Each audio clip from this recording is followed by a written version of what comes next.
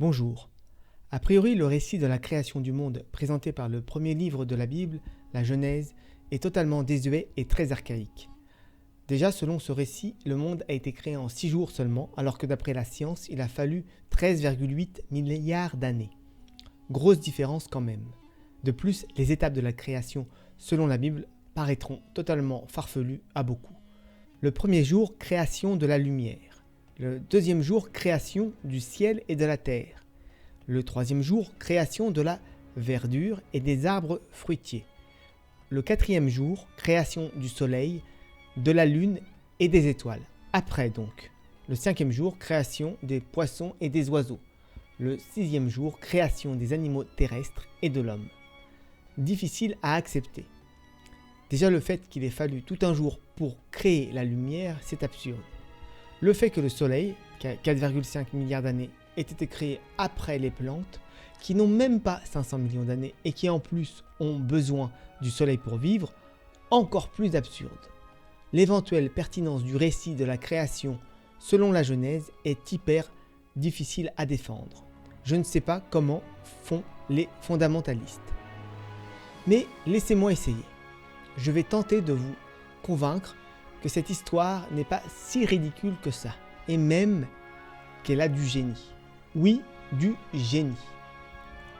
Premièrement, 6 jours, ça fait pas beaucoup quand même. Heureusement, dans la Bible, à plusieurs endroits, il est dit que pour Dieu, un jour vaut 1000 ans et que 1000 ans valent un jour. Donc, j'ai tout à fait le droit de supposer que les 6 jours de la création représentent en fait 6000 ans. C'est déjà mieux. Deuxièmement, c'est un récit, c'est-à-dire le rapport d'une observation. Mais faite par qui ? Le texte nous le dit, l'Esprit de Dieu. De toute façon, il n'y avait a priori personne d'autre. Elle dit aussi explicitement que cet Esprit de Dieu est en mouvement depuis le tout début de la création, c'est-à-dire depuis le Big Bang. Et l'Esprit de Dieu se mouvait sur la surface des eaux. Super, je peux donc faire l'hypothèse que ce récit est celui d'un observateur en mouvement. En mouvement uniforme ? Sûrement pas. N'oublions pas qu'à la fin des temps, Dieu est censé être parmi les hommes, donc plus du tout en mouvement. On aurait donc plutôt affaire à une décélération uniforme. C'est l'hypothèse que je vais faire, et qui donc est tout à fait admissible. Troisièmement, attention, ça va être technique. L'observateur est en mouvement depuis le Big Bang.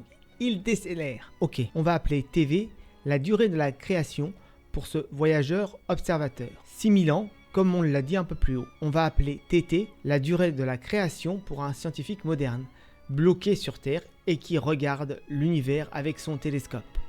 On sait depuis pas très longtemps que c'est 13,8 milliards d'années. Alors vous me direz qu'il n'y a aucun rapport entre TV, qui est fantaisiste, et TT, qui est scientifique. Eh bien si, il y en a un. Les équations de la relativité restreinte nous apprennent que A fois TT sur C égale sinus hyperbolique de A TV sur C, où C est la vitesse de la lumière et A la valeur de la décélération de notre observateur voyageur. Alors non, je n'ai pas inventé cette équation. Je l'ai simplement trouvée dans un livre très intéressant de Kip Thorne qui s'intitule Trou noir et distorsion du temps, l'héritage sulfureux d'Einstein. Et si vous ne me faites pas confiance, reconnaissez au moins la compétence de Kip Thorne, qui est un physicien théoricien américain expert de la théorie de la relativité. Il a même eu le prix Nobel de physique en 2017 pour ses travaux sur les ondes gravitationnelles.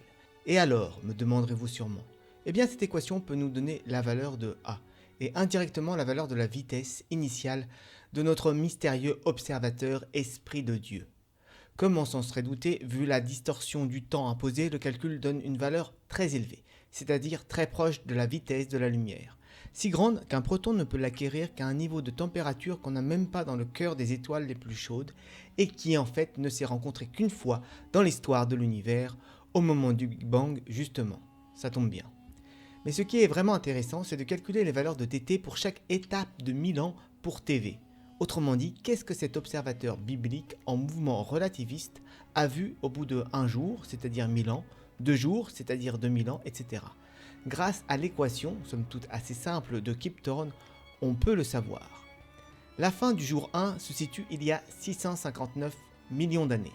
Il s'avère qu'à cette époque apparaissaient sur Terre les tout premiers êtres vivants capables de distinguer la lumière de l'obscurité. Oui, vérifiez, c'est très intéressant. La fin du jour 2 se situe il y a 31,5 millions d'années. Vous me direz sûrement qu'il ne s'est rien passé il y a 31 millions d'années. Eh bien détrompez-vous, il y a 34 millions d'années a eu lieu un changement climatique qui a bouleversé la vie sur Terre. Selon les spécialistes de ce qui est appelé la grande coupure, ce changement climatique aurait été le berceau des hominoïdes, des singes nouveaux, sans queue et au cerveau plus imposant. Ces paléontologistes pensent que suite à cette grande coupure, les premiers hominoïdes seraient apparus il y a au moins 25 millions d'années. Malheureusement, on n'en sait pas tellement plus puisque les fossiles de cette époque manquent. On a bien le proconsul, mais il ne date que de 22 millions d'années. Je parie ma montre qu'on trouvera un jour un fossile d'hominoïdes primitifs datant de 28 à 30 millions d'années, ne serait-ce que pour confirmer mon petit calcul. En tout cas, tout cela est très intéressant. La fin du jour 3 se situe il y a 1,5 million d'années.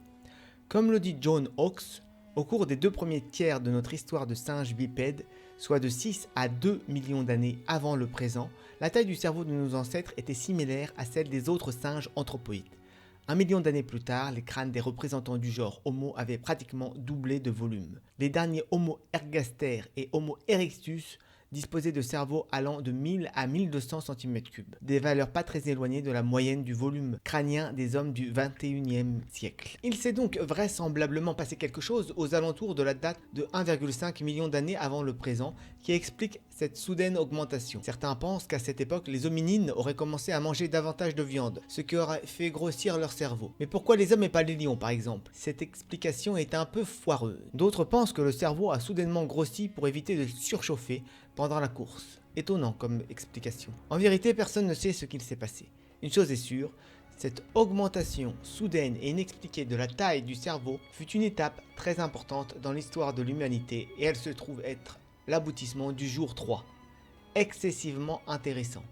Cette histoire risque d'ailleurs de plaire à beaucoup de ces croyants qui s'étonnent que la taille du cerveau des humains se soit accrue bien avant l'apparition de l'intelligence. Ils y voient souvent une preuve de l'existence d'un dessein intelligent. La fin du jour 4 se situe il y a environ 70 000 ans.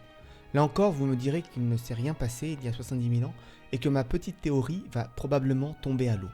Que nenni. Dans son best-seller international Sapiens, une brève histoire de l'humanité, Yuval Noah Harari, un pur athée, parle longuement de ce qu'il s'est passé il y a 70 000 ans. Il y a environ 70 000 ans, Homo sapiens commença à faire des choses très particulières, dit-il. La période qui va des années 70 000 à 30 000 vit l'invention des bateaux, des lampes à huile, des arcs et des flèches, des aiguilles pour coudre. Les premiers objets que l'on puisse appeler des objets d'art ou des bijoux datent de cette ère, de même que les premières preuves irrécusables de religion, de commerce et de stratification sociale. Puis, un peu plus loin, il écrit « La plupart des chercheurs pensent que ces réalisations sans précédent sont le produit d'une révolution touchant les capacités cognitives du sapiens. L'apparition de nouvelles façons de penser et de communiquer entre 70 000 et 30 000 ans constitue la révolution cognitive. Quelle en fut la cause? Nous n'avons pas de certitude.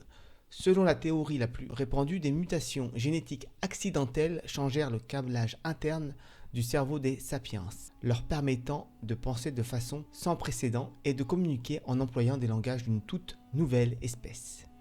Accidentelle vraiment? Je n'en suis pas certain. Personne ne sait ce qui s'est passé dans le cerveau des hommes à la fin du jour 4. On sait juste que c'est à cette époque que la structure du cerveau des Homo sapiens a atteint celle qu'elle a aujourd'hui.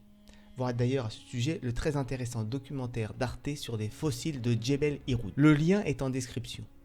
Ainsi, comme l'explique Harari, l'homme moderne est véritablement né il y a 70 000 ans, ce qui tombe vraiment bien pour mon petit calcul. La fin du jour 5, enfin, se situe il y a 3450 ans environ. Et là encore, c'est très intéressant, puisque selon la chronologie biblique, puisque c'est ici ce qui nous occupe, c'est à peu près à cette date que Dieu s'est révélé à Moïse sur le mont Sinaï. Ainsi, on constate qu'avec les deux petites hypothèses que j'ai faites, à savoir jour de 1000 ans et observateur en mouvement, qui sont toutes deux bibliquement acceptables comme on l'a vu, on tombe pour chaque jour de la création sur des étapes très importantes de l'histoire de la vie. Et je dirais même plus de l'histoire du développement cérébral et de la conscience dans l'univers. Voilà le génie, à mon humble avis, de ce récit biblique de la création du monde. Parce que quand même, tomber pour le jour 1 sur les premiers êtres vivants capables de distinguer la lumière de l'obscurité, au passage on comprend mieux du coup pourquoi il est écrit que la lumière a été créée au bout d'un jour et pas tout au début. Pour le jour 2 du premier hominoïde, Pour le jour 3 sur l'augmentation rapide et inexpliquée de la taille du cerveau de nos ancêtres, pour le jour 4 sur la révolution cognitive et pour le jour 5 sur le don de la Torah. C'est plutôt pas mal. En tout cas, c'est mieux, beaucoup mieux, que de prendre ce récit au premier degré. Évidemment, l'interprétation n'est pas terminée. En réalité, elle ne fait que commencer. Et elle va assez loin puisqu'on peut s'en servir pour prouver que nous sommes la civilisation la plus avancée de tout l'univers. Exit donc les extraterrestres en secoupe volante.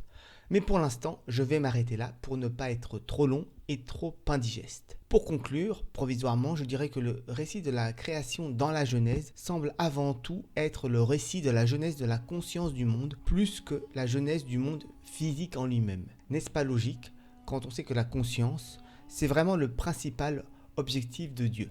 C'est son joyau, la prunelle de ses yeux. D'ailleurs, selon moi, ne pas mettre la conscience au centre de tout, c'est une grave erreur. Il est par conséquent normal que l'évolution du cerveau soit, comme on l'a vu, le centre du récit de la création selon la Genèse. Comme le dit le paléanthropologue Simon Neubauer, le cerveau est sans doute l'organe le plus important pour les capacités qui nous rendent humains. Et j'ai envie de dire, évidemment. Une dernière petite remarque. On constate que l'utilisation de la relativité restreinte dans le petit calcul que je viens de présenter et qui est due à un tout petit verset induit une accélération de l'histoire.